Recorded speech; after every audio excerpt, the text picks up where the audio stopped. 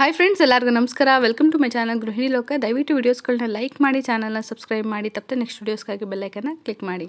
ಕಾರ್ತಿಕ ಮಾಸ ಆದ ನಂತರ ಬರೋದು ಮಾರ್ಗಶಿರ ಮಾಸ. ಈ ಮಾಸದಲ್ಲಿ ಕೃಷ್ಣನ ಪೂಜೆಗೆ ಅತ್ಯಂತ ವಿಶೇಷವಾದ ಮಾಸ ಅಂತಲೇ ಹೇಳ್ಬೋದು. ಕೃಷ್ಣ ಅಂದರೆ ವಿಷ್ಣು ಪರಮಾತ್ಮನ ಅವತಾರ ಅಲ್ವಾ. ಸೊ ಹಾಗಾಗಿ ಈ ಮಾಸದಲ್ಲಿ ಲಕ್ಷ್ಮೀ ಪೂಜೆಗೂ ಕೂಡ ಅತ್ಯಂತ ವಿಶೇಷವಾದ ಸ್ಥಾನ ಇದೆ. ಸೊ ಯಾರೆಲ್ಲ ಮಾರ್ಗಶಿರ ಮಾಸದಲ್ಲಿ ಲಕ್ಷ್ಮೀ ಪೂಜೆನ ಮಾಡೋಕ್ಕೆ ಬಯಸ್ತೀರಾ ಅವರು ತಪ್ಪದೆ ಈ ಕಾರ್ತಿಕ ಅಮಾವಾಸ್ಯೆ ದಿನ ಇದೊಂದು ತಂತ್ರ ಮಾಡಿ ನೋಡಿ. ಖಂಡಿತ ನಿಮ್ಮ ಮನೆಯಲ್ಲಿರುವಂಥ ಒಂದು ದಟ್ಟ ದಾರಿದ್ರ್ಯ ದೂರ ಆಗಿ, ದುಷ್ಟಶಕ್ತಿಗಳು ದೂರ ಆಗಿ, ನಿಮ್ಮ ಮನೆಯಲ್ಲಿ ಲಕ್ಷ್ಮಿ ಶಾಶ್ವತವಾಗಿ ಬಂದು ನೆಲೆಸ್ತಾಳೆ.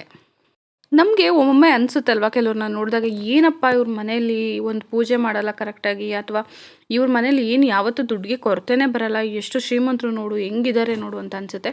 ಬಟ್ ಕೆಲವರು ದೈವಿಕ ಪೂಜೆ ಜೊತೆಗೆ ಕೆಲವೊಂದು ತಂತ್ರವಿದ್ಯೆಗಳನ್ನ ಕೂಡ ಮಾಡ್ತಾ ಇರ್ತಾರೆ. ಯಾಕಂದರೆ ಮನೆಯಲ್ಲಿ ಫಸ್ಟು ಇರುವಂಥ ದಾರಿದ್ರ್ಯತೆನ ದೂರ ಮಾಡಬೇಕು. ನಾವು ಎಷ್ಟೇ ಪೂಜೆ ಮಾಡಿದ್ರೂ ಕೆಲವೊಮ್ಮೆ ಫಲ ಕೊಡೋದಿಲ್ಲ ಅಂತ ನಿಮ್ಗೆ ಅನಿಸಿದ್ರೆ ಫಸ್ಟು ಕೆಲವೊಂದು ತಂತ್ರವಿದ್ಯೆಗಳನ್ನ ನೀವು ಮನೆಯಲ್ಲಿ ಪ್ರಯೋಗ ಮಾಡಿ ನೋಡಿ. ಖಂಡಿತ ಫಸ್ಟು ಮನೆಯಲ್ಲಿರುವಂಥ ದಾರಿದ್ರ್ಯತೆನ ದೂರ ಮಾಡಿದ್ರೆ ಆಟೋಮೆಟಿಕ್ಕಾಗಿ ಮನೆಯಲ್ಲಿ ಒಂದು ಸಮೃದ್ಧಿ ಅನ್ನೋದು ನೆಲೆಸುತ್ತೆ. ಸೊ ಹಾಗಾಗಿ ನೀವು ಯಾರೆಲ್ಲ ಲಕ್ಷ್ಮೀ ಪೂಜೆನ ಮಾಡೋಕ್ಕೆ ಬಯಸ್ತೀರಾ, ಅಥವಾ ಯಾರೇ ಆಗಿರಲಿ, ಅಮಾವಾಸ್ಯೆ ತಪ್ಪಿದ್ರೆ ಹುಣ್ಣಿಮೆಯ ಟೈಮಲ್ಲಿ ಈ ಒಂದು ತಂತ್ರವಿದ್ಯೆನ ಪ್ರಯೋಗ ಮಾಡಿ. ಖಂಡಿತ ನಿಮ್ಮ ಮನೆಯಲ್ಲಿರುವಂಥ ದಾರಿದ್ರ್ಯತೆ 100 ಅಲ್ಲ 200% ದೂರ ಆಗುತ್ತೆ. ಇದನ್ನು ನಾನು ಒಮ್ಮೆ ಟ್ರೈ ಮಾಡಿದ್ದೀನಿ. ಸೊ ಹಾಗಾಗಿ ನಿಮ್ಮ ಜೊತೆನೂ ಇದನ್ನು ಶೇರ್ ಮಾಡ್ತಾ ಇದ್ದೀನಿ. ದುಡ್ಡನ್ನ ತುಂಬ ಅಟ್ರಾಕ್ಟಿವ್ ಆಗಿ ಅಬ್ಸರ್ವ್ ಮಾಡುವಂಥ ಕೆಪಾಸಿಟಿ ಈ ಒಂದು ಲವಂಗಕ್ಕೆ ಇದೆ. ಇದನ್ನು ಪರ್ಸಲ್ಲಿಟ್ಟರೂ ಕೂಡ ಅಷ್ಟೇ, ಆ ಪರ್ಸಲ್ಲಿ ಯಾವುದೇ ಕಾರಣಕ್ಕೂ ದುಡ್ಡು ಇಲ್ಲ ಅನ್ನೋಂಗೆ ಇಲ್ಲ ಅಂತೆ. ಸ್ವಲ್ಪ ಮಟ್ಟಿಗಾದ್ರೂ ದುಡ್ಡು ಇದ್ದೇ ಇರುತ್ತೆ ಅಂತೆ. ಅಷ್ಟು ವಿಶೇಷವಾದ ಶಕ್ತಿ ಈ ಒಂದು ಲವಂಗಕ್ಕೆ ಇದೆ. ಸೊ ಈ ಒಂದು ಲವಂಗನ 11 ಲವಂಗನ ತೊಗೊಳ್ಳಿ. ಅದಕ್ಕೆ ನಾನು ಚಿತ್ರದಲ್ಲಿ ಮೆನ್ಷನ್ ಮಾಡಿದ್ದೀನಿ, 11 ಲವಂಗನ ಮರೀದೆ 11 ಲವಂಗನ ತೊಗೊಳ್ಳಿ. ಇನ್ನು ಪಚ್ಚ ಕರ್ಪೂರ, ಇದು ಪೂಜೆಯಲ್ಲಿ ತುಂಬ ವಿಶೇಷವಾಗಿ ಬಳಸ್ತೀವಿ. ಈವನ್ ಕಳಸದಲ್ಲಿ ಹಾಕೋದ್ರಿಂದನೂ ದೈವಿಕ ಅಂಶ ಹೆಚ್ಚಾಗುತ್ತೆ ಅಂತ ಹೇಳ್ತಾರೆ. ಸೊ ಹಾಗಾಗಿ ಒಂದು ಪಚ್ಚೆ ಕರ್ಪೂರನ ತೊಗೊಳ್ಳಿ. ಇನ್ ಕೇಸ್ ನಿಮ್ಗೆ ಏನಾದ್ರು ಪಚ್ಚೆ ಕರ್ಪೂರ ಸಿಕ್ಕಿಲ್ಲ ಅಂದರೆ ನಾರ್ಮಲ್ ಕರ್ಪೂರನ 5 ತೊಗೋಬೇಕಾಗತ್ತೆ. ಪಚ್ಚೆ ಕರ್ಪೂರ ಆದರೆ ಅದು ಪೀಸ್ ಯಾವುದೇ ಸೈಜ್ ಇದ್ರೂ ಒಂದು ಪಚ್ಚೆ ಕರ್ಪೂರನ ನೀವು ತೊಗೊಳ್ಳಿ.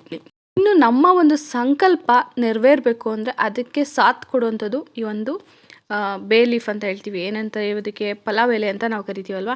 ಈ ಒಂದು ಲೀಫ್ನ ಮನೆಯಲ್ಲಿ ಸುಡೋದ್ರಿಂದ ನಮ್ಮ ಒಂದು ಸಂಕಲ್ಪ ನೆರವೇರುತ್ತಂತೆ. ಸೊ ಹಾಗಾಗಿ ಈ ಒಂದು ಪಲಾವ್ ಎಲೆನ ಒಂದು ಎಲೆನ ನೀವು ತೊಗೊಳ್ಳಿ. ಆ ಎಲೆ ತುಂಬ ಚೆನ್ನಾಗಿರಬೇಕು, ಎಲ್ಲೂ ಡಾಟ್ ಆಗಿರಬಾರ್ದು, ಅಂದರೆ ತೂತಾಗಿರಬಾರ್ದು, ಕಿತ್ತೋಗಿರಬಾರ್ದು, ಶುದ್ಧವಾಗಿ ಚೆನ್ನಾಗಿರುವಂಥ ಒಂದು ಪಲಾವ್ ಎಲೆನ ತೊಗೊಳ್ಳಿ. ಈ 3 ಪದಾರ್ಥನ ಒಂದು ನಾವೇನು ಮನೆಗೆಲ್ಲ ಇದನ್ನು ಹಾಕ್ತೀವಿ, ಧೂಪ ಹಾಕ್ತೀವಲ್ಲ, ಆ ಒಂದು ಸಾಂಬ್ರಾಣಿ ಬಟ್ಲಿಗೆ ತೊಗೊಳ್ಳಿ. ಅದು ಮಣ್ಣಿಂದಾದರೂ ಪರವಾಗಿಲ್ಲ, ಕಂಚಿಂದಾದರೂ ಪರವಾಗಿಲ್ಲ. ಆ ಒಂದು ಸಾಂಬ್ರಾಣಿ ಬಟ್ಲಲ್ಲಿ ನೀವೇನು ಮಾಡಬೇಕು, ಲವಂಗನ ಹಾಕಬೇಕು, ಜೊತೆಗೆ ಪಚ್ಚೆ ಕರ್ಪೂರನ ಹಾಕಬೇಕು. ಪಚ್ಚೆ ಕರ್ಪೂರ ಇಲ್ಲಾಂದರೆ ನಾರ್ಮಲ್ ಕರ್ಪೂರನಾದರೂ ಹಾಕಿ, ಅದ್ರ ಜೊತೆ ಒಂದು ಲವಂಗದ ಎಲೆನ ನೀವು ಅದರೊಳಗಡೆ ಹಾಕ್ಬಿಟ್ಟು ನೀವೇನು ಮಾಡಬೇಕು, ಫಸ್ಟು ಮನೆಯಲ್ಲಿ ದೇವ್ರ ದೀಪನ ಹಚ್ಚಬೇಕು. ದೇವ್ರ ದೀಪ ಹಚ್ಚಾದ್ಮೇಲೆ ತಾಯಿ ದುರ್ಗಾ ಪರಮೇಶ್ವರಿ ಮತ್ತು ಶ್ರೀ ಮಹಾಲಕ್ಷ್ಮಿ ಮತ್ತು ಸರಸ್ವತಿ 3 ದೇವತೆಗಳನ್ನ ನೀವು ಮನದಲ್ಲಿ ನೆನೆಸ್ಕೊಂಡು ಕೈ ಮುಕ್ಕೊಂಡು, ನಮ್ಮ ಮನೆಯಲ್ಲಿರುವಂಥ ಒಂದು ದಾರಿದ್ರ್ಯತೆ ದೂರ ಆಗಲಿ, ನಮ್ಮ ಮನೆಯಲ್ಲಿ ಎಂಥದೇ ದುಷ್ಟಶಕ್ತಿ ಇದ್ರೂ ಮನೆ ಬಿಟ್ಟು ದೂರ ಓಡೋಗಲಿ, ಈ ಥರ ನಿಮ್ಮ ಒಂದು ಕಷ್ಟಗಳನ್ನ ಅದನ್ನ ದೇವ್ರ ಮುಂದೆ ಕೂತ್ಕೊಂಡು ಕೇಳಿಕೊಂಡು ಫಸ್ಟ್ ದೇವ್ರ ದೀಪ ಹಚ್ಬಿಟ್ಟು ಎಲ್ಲವನ್ನು ಸಂಕಲ್ಪ ಮಾಡಿಕೊಂಡು ನೀವೇನು ಮಾಡಬೇಕು, ಆ ಒಂದು ಕರ್ಪೂರವನ್ನು ನೀವೇನು ಮಾಡಬೇಕು, ಬೆಂಕಿ ಕಡ್ಡಿ ಸಹಾಯದಿಂದ ಹಚ್ಚಬೇಕು. ಅದ್ರ ಜೊತೆಗೆ ಲವಂಗನೂ ಹತ್ಕೊಬೇಕು, ಬೇ ಲೀಫ್ ಕೂಡ ಹತ್ಕೊಳ್ಳುತ್ತೆ. ಸೊ 3 ವಸ್ತುಗಳು ಮನೆಯಲ್ಲಿ ಸುಡಬೇಕು. ಸುಟ್ಟಾಗ ಏನಾಗುತ್ತೆ, ಅದ್ರ ಒಂದು ಹೊಗೆ ಮನೆ ಕಂಪ್ಲೀಟ್ ಸ್ಪ್ರೆಡ್ ಆಗುತ್ತಲ್ವ. ಆ ಒಂದು ಹೊಗೆಯಿಂದ ಏನಾಗುತ್ತೆ, ಮನೆಯಲ್ಲಿರುವಂಥ ಒಂದು ದಾರಿದ್ರ್ಯತೆ ಧ್ವಂಸ ಆಗುತ್ತೆ, ಒಂದು ದುಷ್ಟಶಕ್ತಿಗಳು ಮನೆ ಬಿಟ್ಟು ಓಡೋಗುತ್ತೆ. ಸಾಧ್ಯ ಆದವ್ರು ಏನು ಮಾಡಬೇಕು ಅಂದರೆ ಆ ಒಂದು ಬಟ್ಲನ್ನ ಹಿಡ್ಕೊಂಡು, ಆ ಒಂದು 3 ಸುಡ್ತಾ ಇರುತ್ತಲ್ಲ, ಆ ಒಂದು ಬಟ್ಲನ್ನ ಹಿಡ್ಕೊಂಡು ನಿಮ್ಮ ಮನೆಯ ದೊಡ್ಡ ಮನೆ ಏನಾದ್ರು ಆಗಿದ್ರೆ, ಇನ್ ಕೇಸ್ 2 ಫ್ಲೋರ್ ಏನಾದ್ರು ಇದ್ದರೆ ಕಂಪ್ಲೀಟ್ ಮನೆ ಒಳಗಡೆ ಎಲ್ಲ ಎಲ್ಲೆಲ್ಲಿ ಕಾರ್ನರ್ ಇರುತ್ತೆ ಅಲ್ಲೆಲ್ಲ ನೀವೇನು ಮಾಡಬೇಕು, ಆ ಒಂದು ಬೆಂಕಿ ಹೊಗೆನ ತೋರಿಸ್ಕೊಂಡು ಬರಬೇಕು. ಏನು ಭಯ ಪಡೋ ಅವಶ್ಯಕತೆ ಇಲ್ಲ, ನಿಮಗೇನು ತೊಂದರೆ ಆಗೋದಿಲ್ಲ. ಏನಿದೆ ಅಂದರೆ ಮನೆಯ ಮೂಲೆಯಲ್ಲೂ ಕೆಲವೊಮ್ಮೆ ದುಷ್ಟಶಕ್ತಿಗಳು, ನೆಗೆಟಿವ್ ಎನರ್ಜಿ ಅನ್ನೋದು ಇರುತ್ತೆ ಅಂತ ಹೇಳ್ತಾರಲ್ಲ, ಅದೆಲ್ಲ ಧ್ವಂಸ ಆಗುತ್ತೆ. ಅಥವಾ ಮನೆಯ ಮನೆಯಲ್ಲಿ ಅಂದರೆ ಹಾಲಲ್ಲಾದರೂ ನೀವು ಇದನ್ನು ಇಟ್ಬಿಟ್ಟು ಆ ಒಂದು ಕಂಪ್ಲೀಟ್ ಹೊಗೆ ಇಡೀ ಮನೆಗೆ ಸ್ಪ್ರೆಡ್ ಆಗೋಂಗೆ ನೀವು ನೋಡ್ಕೋಬೇಕಾಗತ್ತೆ. ತುಂಬ ಚಮತ್ಕಾರಿ ಮಂತ್ರ. ಆದರೆ ಇದನ್ನು ಯಾವ ಸಮಯದಲ್ಲಿ ಮಾಡಬೇಕು ಅಂದರೆ ರಾತ್ರಿ 10 ಗಂಟೆಗೆ ಮಾಡಬೇಕು. ಅಪ್ಪ 10 ಗಂಟೆ ಅಂದ ತಕ್ಷಣ ಹೆದ್ರುಕೊಂಬೇಡಿ.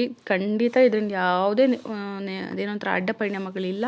ಸೊ ಭಯಪಡೋ ಅವಶ್ಯಕತೆನೇ ಇಲ್ಲ. ಇಲ್ಲಿ ನಾವು ದೇವರುಗಳನ್ನ ನೆನೆಸ್ಕೊಂಡು ಮಾಡ್ತಾ ಇರುವಂಥ ತಂತ್ರವಿದ್ಯೆ ಆಗಿರೋದ್ರಿಂದ ನಿಮಗೆ ಯಾವುದೇ ರೀತಿಯ ತೊಂದರೆ ಇಲ್ಲ. ಬಟ್ ಏನಪ್ಪ ಅಂದರೆ ರಾತ್ರಿ 10 ಗಂಟೆಗೆ ನೀವು ಈ ಕೆಲಸನ ಮಾಡಬೇಕಾಗತ್ತೆ. ಆದರೆ ಯಾವ ದಿನ ಅನ್ನೋದಾದರೆ ಹುಣ್ಣಿಮೆ ಮತ್ತು ಅಮಾವಾಸ್ಯೆ ದಿನಗಳಲ್ಲಿ ನೈಟ್ ನೀವು ಇದನ್ನು ಮಾಡಬೇಕಾಗತ್ತೆ. ಅದರಲ್ಲೂ ಈ ಒಂದು ಕಾರ್ತಿಕ ಮಾಸದ ಅಮಾವಾಸ್ಯೆ ಅತ್ಯಂತ ವಿಶೇಷ ಆಗಿರೋದ್ರಿಂದ, ಅಂದರೆ ಈ ಯಾವಾಗ ಬಂದಿದೆ ಅಂದರೆ ನವಂಬರ್ 23ನೇ ತಾರೀಕು ಬುಧವಾರ ಬಂದಿದೆ ಅಮಾವಾಸ್ಯೆ. ಸೊ ಬುಧವಾರ ನೈಟು ನೀವು 10 ಗಂಟೆಗೆ ಕರೆಕ್ಟಾಗಿ ಈ ಒಂದು ಕೆಲಸನ ಮಾಡಿ, ನೆಕ್ಸ್ಟ್ ಗುರುವಾರ ನೀವೇನು ಮಾಡಿ ಮನೆಯಲ್ಲಿ ಸಿಂಪಲ್ ಆಗಾದರೂ ಲಕ್ಷ್ಮೀ ಪೂಜೆನ ಮಾಡಿ. ಖಂಡಿತ ನಿಮ್ಮ ಮನೆಯಲ್ಲಿ ಎಷ್ಟು ಪಾಸಿಟಿವ್ ಆಗಿ ಬದಲಾವಣೆ ಆಗುತ್ತೆ ನೀವೇ ಖುದ್ದಾಗಿ ನೋಡಿ. ಅನಂತರ ನೀವು ಕಮೆಂಟ್ ಬಾಕ್ಸಲ್ಲಿ ನಿಮ್ಮ ಒಂದು ಕಮೆಂಟ್ನ ಹಾಕಿ. ಖಂಡಿತ ವೆಯ್ಟ್ ಮಾಡ್ತಾ ಇರ್ತೀನಿ. ಈ ಒಂದು ಮಾಹಿತಿ ನಿಮಗೆ ಇಷ್ಟ ಆಗಿದರೆ ದಯವಿಟ್ಟು ವಿಡಿಯೋನ ಲೈಕ್ ಮಾಡಿ. ಇದೇ ಥರ ಉಪಯುಕ್ತ ಮಾಹಿತಿಗಳಿಗಾಗಿ ಬೆಲ್ ಐಕನ್ನ ಕ್ಲಿಕ್ ಮಾಡಿ. Thank you.